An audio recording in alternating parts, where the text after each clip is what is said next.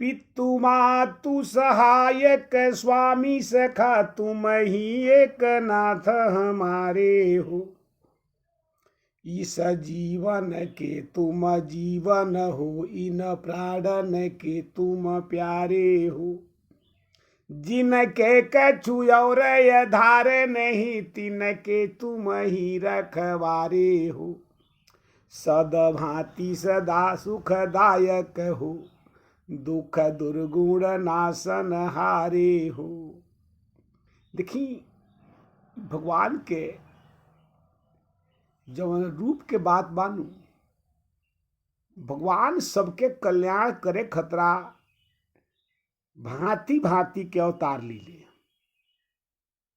जब वहां के जौना चीज के अवतार की आवश्यकता होला, भगवान वो रूप के ग्रहण कर लीले आ वही रूप के यहाँ का जनबा तौन बना के आ भक्त के कारण जनबा तौन यहाँ का अपन रूप बदली ले। भक्ते के कारण यहाँ के दैत्य के वध करी ले। भगवान के आपन न दैत्य के कसे वध कैला काम बा, न कहीं कोनो काम कैला काम बा। भगवान काहे खतरा, जिसे रामचरितमानस में गोस्वामी तुलसीदास जी कहता नहीं। गोस्वामी तुलसीदास जी रामचरितमानस में ऐसा कुछ नहीं रखले जौन की रउरा शंका करी। अगर वह शंका हो तो बात तो के रामचरितमानस में एकर निदानो बा। और रउरा अगर पूरा एकरा के ज्ञान नहीं खे तो हमनी का अधूरा ज्ञान में जौन बा तो आप पूरा एकरा के अर्थ लगा लेता नहीं जा। जैसे हमनी के आपन मति खराब हो गई बा, हमनी के आपन मति खराब हो गई बा आ हमनी के अपना मति खराब मति से दुनिया के देखता नहीं जा। जैसे देखी जैसे रुआ चश्मा लगा ले वैसने लौकी। अगर करिया चश्मा लगा लेनी तो संसार रुआ करिया लौकी, सफेद लगाए तो सफेद लौकी, हरिहर लगाए तो हरिहर लौकी, लाल लगाए तो लाल लौकी। ये अपना अपना नजरिया के बात बा। यही प्रसंग में देखी एक बेर के बात हो, कलयुग के संत रहनी एकनाथ जी महाराज। एकनाथ जी के महाराज के नाम बहुत बेर सुनले हो खूब। एकनाथ जी ऐसा संत रहनी कि वहां का जल चढ़ा भगवान शंकर जी के जल चढ़ावे गई। सभे जल चढ़ावे जात रहे तो एकनाथ जी कहनी कि हम भोले बाबा के तनी जल अर्पण कर दी। ऐसे कि आज महाशिवरात्रि के दिन हो, चल दहनी यहाँ का। लेकिन यहाँ का रास्ता में गईनी तो एगो जन बा तौन खर जन बा एकदम प्यासल रहे। खर मने गदहा, गदहा जन बा प्यास से छटपटात रहे। वही मार्ग से सभे जात रहे लेकिन केहू के ना बुझाइल। एकनाथ जी कहनी निश्चित ई जन बा खर जन गधा जन बा प्यास लागल बा एकरा। तो गधा के मुंह पर यहाँ का ठोपे ठोपे पानी गिरावे लगनी तो गधा अपन जीभ निकाल निकाल के आ एकनाथ जी के सारा पानी के पी गई। एकनाथ जी कहनी कि आज ये जल के आवश्यकता एक गधा के रहल हो। स्वयं भगवान शंकर जी प्रकट भइल बनी, कलयुग में प्रकट भइल बनी शंकर जी। कहनी एकनाथ तहरा खनिया परम हमार संत केहू नहीं खे। जा तहरा जनबा भगवान के जनबा दिव्य ज्ञान के प्राप्ति रही। भगवान के तू परम भक्त होकबो आ तारा आत्मज्ञान से ब्रह्म के कथा जनबा तारा आत्मा में मिली आ तू भगवान के भजन जनबा तो निरंतर करबो। भगत यहन मांगे ले। एकरा बाद यहाँ का जनबा तो एकनाथ जी के मन में विचार भइल कि अब हम तनी चली आ भगवान के कथा सुनावल चाहता नहीं। कहनी कि राम जी के कथा कम से कम सुना दी। तो कहनी कि अब सुने वाला के बा कलयुग में, कलयुग में तो केहू कथा सुने वाला बा ना। अब वे संत के एकनाथ जी के विचार भइल कि केकरा सुनाई। तो यहाँ कहनी कि चलो हनुमान जी के एगो मंदिर बा आ निर्जन जगह पर बा, उजा लोग कम जाला। तो चल तानी हनुमान जी के कथा सुना देता नहीं। हनुमान जी की कथा सुनावे लगनी। पूरा बाल शंकर जी के चरित्र कहनी, बाल राम जी के जन्म के प्रसंग कहनी, राम जी के विद्या ग्रहण के संस्कार के कहनी, एकरा बाद राम जी धनुष जगे के कहनी, राम जी के विवाह के कहनी, राम जी के वनवास के कहनी, वनवास कहला के बाद जन बा संत लोग से मिलन के कहनी, सौरी के बैर खैला के कहनी, नारद जी के राम जी से पूछल प्रश्न के जवाब कथा कहनी, एकरा बाद हनुमान जी से मिलन के कथा कहनी, सुग्रीव जी से मित्रता के कथा कहनी, एकरा बाद जब कथा कहनी यहाँ कल लंका में हनुमान जी के प्रवेश के कथा कहनी, इतना कहल हनी तले तो राम जी के कथा हनुमान जी बड़ा सुनी। हनुमान जी श्रोता हैं, राम कथा के रसिक हैं वहाँ का हनुमान जी, इतना कथा सुन लहनी। लेकिन जब यहाँ कहनी कि जब लंका के सुंदरता के वर्णन जब कहने लगनी तो एकनाथ जी कहनी कि लंका के सारा पुष्प जौन बा सफेद रहे, श्वेत रहे। इतना बात जब यहाँ का सुननी तो हनुमान जी जाग गई नहीं, कहनी कि बाबा एकनाथ बाबा, एह बेरा ले तू जन कथा कहल बड़ा अच्छा कथा कहल, पवित्र कथा कहल, हमरा बड़ा अच्छा लागल। लेकिन जन हई कथा कहता रहो कि लंका के सारा पुष्प जौन बा सफेद रहलो, ई गलती कहता रहो। एकनाथ जी कहनी सरकार जौन सत्य है तने हम कहतानी। हनुमान जी कहनी सत्य तू कैसे जानता रहो? लंका में हम गई रहनी, लंका के हम जरौनी, एकरा बाद तू कैसे जान गई लोग कि लंका के सारा पुष्प जौन बा सफेद रहे? एकनाथ जी कही ना सरकार सफेदे रहे। हनुमान जी कहनी से अब बात बात विवाद होके लागल, कहनी कि सरकार वह सुनाओ तनी, गलती सुनाओ तनी। लेकिन यहाँ कही ना ना सफेद रहे। कथा के प्रभाव हनुमान जी सुन ले रहनी, एकनाथ जी कथा कहले रहनी, एक प्रभाव तो रहे। एकरा बाद यहाँ का कहनी कि बताओ केहू कह दी तो मान लेबो? तो हाँ मान ले सरकार, अगर केहू कह दी तो। लेकिन जे लंका में गोइल होके ऊ कहे तो मानो। हनुमान जी कही तो हमारा राम जी से चलो भेंट करो, राम जी से कही दे तो मान लेबो? तो हाँ राम जी तो कही देव तो मानिए ले। राम जी जन प्रभु जन कहब तो हम कैसे काट सकीले?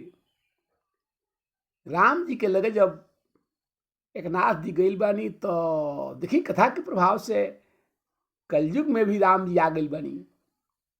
कहनी की सरकार ये बताई है, बार बार जन बा एकनाथ कहता है कि लंका के सारा पुष्प सफेद रहे, आ हम लाल देखल रहनी सरकार, आई जन बात हम बार बार सफेद कहता रहे। राम जी कहनी कि हनुमान अगर एकनाथ जी जन कहता नहीं तो सत्य कहता नहीं, लंका के सारी पुष्प सफेदे रहे। हनुमान जी कहनी सरकार लेकिन रो गोइल ना रहनी, जब हम लंका जरा दलनी ओकरा बाद दोसर के बन रो गई नहीं तो रो नहीं देख ले। ठीक बा, अगर हमार माता कही देव तो मान ले। एकनाथ जी कहे ठीक बा, माता जी कही दे, जानकी जी कही दे तो हम मान ले। जानकी जी से जब पूछाइल तो जानकी जी कहनी हनुमान लंका के सारा पुष्प सफेद रहे। कहले माता हम तो लाल देखल रहनी। कहले हनुमान जी हम झूठ ना बोलो, तू हमार पुत्र हव, लेकिन तारा जनबा जौन चश्मा तू लगल हलो ये चश्मा लाल रहे। हमसे कहले रहलन, हमसे तू ये बात कहलो हनुमान जी कि सरकार रघुपति बाण कुशान, हम राम जी के अग्नि बाण हई, तो अग्नि तो लाल होला नु, तो तू अग्नि के लपट के तरह लौके, ऐसे लंका के सारा पुष्प तरह लाल बुझाइल, ऐसे कि राम जी के तू अग्नि बाण रहलो, ऐसे तरह ना लौकल। लेकिन लंका के सारा पुष्प जौन बा श्वेत रहे। इतना बात जब हनुमान जी सुननी तो हनुमान जी कही धन्य है प्रभु, धन्य है एकनाथ जी। देखी हमनी के एक कथा के ऐसे कहे पड़ल कि हमनी के आंख पर जौन बा चश्मा जौन लागल बानू ई गलत लाग गई बा। हमनी के ई माया रूपी जौन चश्मा बा, जले ई माया के चश्मा ना हटी तले हमनी ज्ञान कैसे हुई? जैसे बार बार कहल जाला, जैसे पहले जन बात तो डकैती होत रहल, चोरी होत रहल, तो उमे कुछ चौकीदार लोग जन बा ई घूम घूम के रखवारी करावे के लोग कही, लोग के गैंग बना के कही कि होता लोग जगवा, लोग के जगावा जा। तो सभे ये कही कि जाग सुतिया हो, जाग सुतिया हो, रात भर जन बा पहरुआ जन बा तो ये बोली हैं। लेकिन वही में जन बा कुछ लोग रहे आलसी ना जागे, तो वही में एगो जन बा तो कर्मचारी जन बा सुरक्षा कर्मचारी आके कहले कि ये बताओ ये लोग पहरा कहे नहीं करत, जागत कहे नहीं खे। तो ओइजा चौकीदार ही कहलस कि सरकार का करी, लोग जन बा जागते नहीं खे, हम कितनों कहते हैं लोग जागता। लेकिन ओइजा जन बा कर्मचारी जन बा सुरक्षा कर्मी जन कहलस कि देखो, चूंकि संत रहे वो में हर विभाग में संत बड़े, कहलस कि लेकिन देखो ई तू जागल बाड़े नु, लोग के जगावत रहो तो लोग के जगावला में तू जागर रहबो। यानी तू ई मत बुझे कि लोग जागी कि सूती, जगला सुतला के चिंता तू मत करो, तू जगावत रहो कि जाग सुतिया हो, यानी जगावला में तू जागर रहबो। तो जब तू जागर रहबो तो अगर कोनो आई लुटेरा तो सबके लूट ली, लेकिन तू जागल बाड़ो तो उतरा लगे ना आई। ये कथा के ऐसे कहे पड़ता।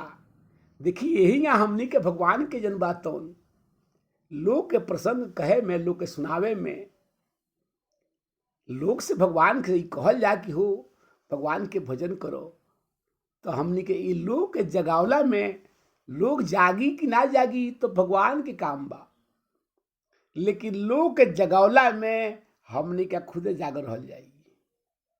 ई संत लोग के, ई साधु लोग के यह नियम हो कि लोग के सीताराम सीताराम कहो, तो सीताराम कहला में चाहे ओकरा के केहू रिगावते होखे, ओकरा के रिगावते होखे, लेकिन कम से कम ओकरा मुंह से सीताराम तो निकलता, भाव से निकलता राम सीताराम कहो, कुभाव से कहो, अलख में कहो, आलस्यता में कहो, लेकिन ओके फल तो प्रभु के जी में रही नु। ऐसे कि वो भगवान के दास बा, भगवान मान लेनी कि हमरा कम से कम कुबेसे में, आलस्यता में, अलखता में, चाहे जौनी अभी कहता हमार नाम तो कहता नु जी, तो जब हमार कहता तो भगवान के तो हो ही गई। भगवान कहनी हमरा के बैरो भाव से अगर केहू पूजता तो ओकरा के हम अपना ले। भाव भाव के बातें छोड़ दी, बैर भाव से भी भगवान रावण के अपना लहनी, कंस के अपना ना लहनी, दंत बक्र के अपना लहनी, हिरण्यकश्यप के अपना लहनी, हिरण्यकशिपु के अपना लहनी। भगवान ये लोग के का धनी तो आपन लोक धनी, स्वयं आपन पद धनी, कि लो हमार पद के जनबा छुए के अधिकार तारा बा। देखी हर हालत में कौनो ना भगवान के भजन करी। यही प्रसंग में जनबा तो माता जनबा पार्वती के जब विदाई कैले बानी तो सिखावतानी, पार्वती के माता मैना समझावतानी, हिमांचल समझावतानी। अब आजकल के युग नहीं खेऊंगा, आज के बात भुला जाइए। आज तो लोग कहता भवे बदल दले बा, आज लोग कहता का तो बस कोनो चिंता के बात मत करियो, डरइहो मत। अब बताई जौन पुत्री जौन बिया जना के कन्यादान दे धनी, ओकरा से वही सिखावतानी कि डरइहो मत, ओकरा कुशल रही। लेकिन माता मैना समझावतानी, करेऊ सदा संग कर पद पूजा, नारी धर्म पति देव न दूजा। जब कहने की हे पार्वती तू शंकर जी के पद के पूजा करियो। एमे अधिसूक्त बा चौपाई कहता कि एक मतलब माता पार्वती भी प्रश्न कही, माता जब हम वहां के अर्धांगिनी हई तो अर्धांगिनी के पति के पूजा कैला कौन काम बा? जब हम एगो भगवान शंकर जी हई या आधा हम हई, तो आधा हम हई आधा वहाँ का हई, तो हमरा पूजा कैला कौन काम बा? वहाँ के सवारी बैल बा, हमार सवारी शेर बा। कौनिया वहाँ का बैल धीरे धीरे चली, हमार से तेज चली।